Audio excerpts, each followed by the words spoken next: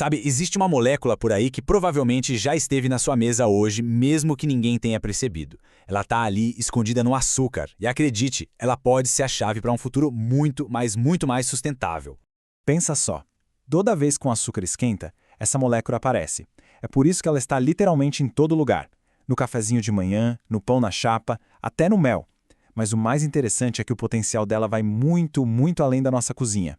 E é aqui que a coisa fica fascinante. Imagina só, pegar essa mesmíssima substância que vem das plantas e usar ela como uma matéria-prima para fabricar as coisas que definem o nosso mundo.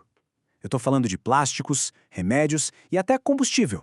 Ok, o nome dela é um trava-línguas, hidroximetilfurfural, mas pode chamar de HMF, que fica bem mais fácil. A grande promessa do HMF é essa, ele funciona como uma ponte. De um lado, a gente tem matéria-prima renovável, tipo milho, cana-de-açúcar, e do outro, produtos essenciais que usamos todo dia. Bora entender como essa mágica acontece? Para a gente captar o tamanho do potencial do HMF, primeiro precisamos entender um conceito que os cientistas usam muito, o de plataforma química. Pensa num bloco de Lego. Um bloco daqueles bem básicos, fundamentais. É isso que é uma plataforma química. É uma molécula base, geralmente de origem biológica, que pode ser modificada e encaixada de vários jeitos para criar uma infinidade de outros compostos muito mais complexos e valiosos. E olha só que incrível que este diagrama mostra. É a versatilidade do HMF em ação. A partir dessa molécula única, os químicos conseguem criar uma gama impressionante de outras coisas. Por exemplo, o ácido 2,5-furandicarboxílico, nome complicado eu sei, mas ele pode virar um plástico de base biológica para substituir as garrafas PET. Ou então o ácido adípico, que é essencial para fazer nylon. É como se o HMF fosse uma semente que pode dar origem a uma árvore inteira de possibilidades químicas. Certo. Mas como é que os cientistas fazem para produzir essa molécula quase milagrosa? A ideia por trás, na essência, é até bem simples, mas, como quase sempre na ciência, a prática é um pouquinho mais complicada.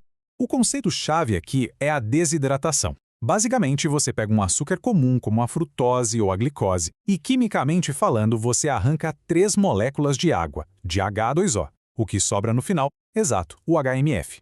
No laboratório, isso acontece em 4 passos. Primeiro, se pega o açúcar. Segundo, se adiciona um catalisador ácido para dar uma acelerada na reação. Terceiro, aplica-se calor. E aí vem a parte mais desafiadora: isolar o HMF purinho antes que ele se desfaça ou vire outra coisa. E é aqui que a química tem um truque na manga.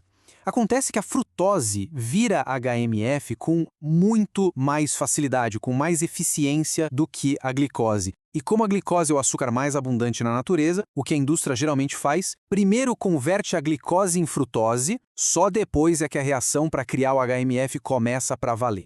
Bom, isso tudo nos leva para os resultados da pesquisa.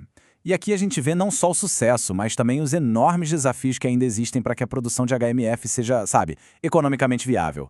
O problema principal é uma verdadeira batalha química. Pensa assim, as mesmas condições que criam o HMF são as que podem destruí-lo. O HMF pode reagir de novo e virar outras coisas como ácido levulínico. Ou pior, ele pode se juntar com outras moléculas e formar um resíduo escuro, meio gosmento, que os cientistas chamam de uminas. E o artigo deixa isso bem claro. Essa formação de subprodutos indesejados não é um acidente. É algo esperado da reação. Então, o grande desafio científico não é tentar impedir que isso aconteça. O desafio é encontrar o ponto de equilíbrio perfeito, a receita certa para maximizar a produção de HMF e minimizar esses resíduos. Então, resumindo a ópera, é muito difícil conseguir muito HMF sem gerar um monte de lixo químico junto. Quanto mais se força a reação para converter o açúcar, mais subprodutos indesejados aparecem.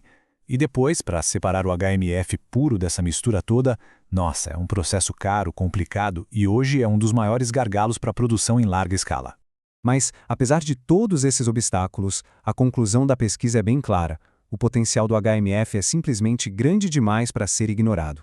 E isso nos traz de volta para aquela grande ideia do começo, né? Superar esses desafios de produção do HMF significa abrir o caminho para uma economia muito mais circular. Uma economia onde os materiais do nosso dia a dia não vêm mais do petróleo, mas sim de recursos que a gente pode literalmente plantar. O objetivo final é monumental. usar o que cresce da terra, inclusive resíduos agrícolas, coisas que hoje são jogadas fora, para alimentar uma geração inteiramente nova de indústrias químicas. Isso representa uma mudança fundamental no jeito como produzimos, quase tudo. Isso tudo nos deixa com uma pergunta bem forte para refletir.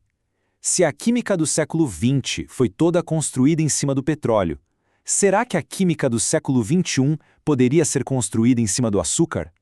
O caminho para chegar lá é longo e complexo, mas a promessa de um futuro mais sustentável é o que move essa área tão fascinante da ciência.